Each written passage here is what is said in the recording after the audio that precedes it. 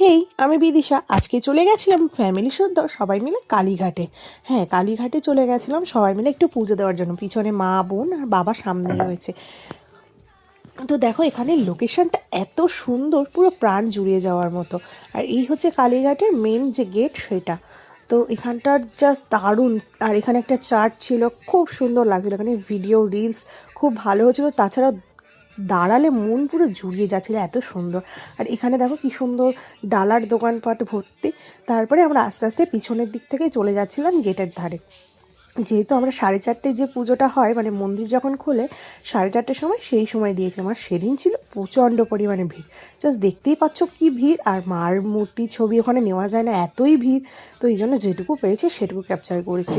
তারপরে আমরা পুজো টুজো দিয়ে দেখো বেরিয়ে পড়েছি। এখানে আমাদের হাল খারাপ, কারণ প্রচণ্ড পরিমাণে ভিড় ছিল। তারপরে বাড়ি চলে এসেছিলাম। এই হচ্ছে মায়ের ভোগের প্রসাদ। উফ, সে যে অমৃত! এই প্রসাদের হয়তো তুলনাই হয় না। মানে পোলাও দিয়ে ডাল এত সুন্দর লাগছে যা বলে বোঝানো যাবে না।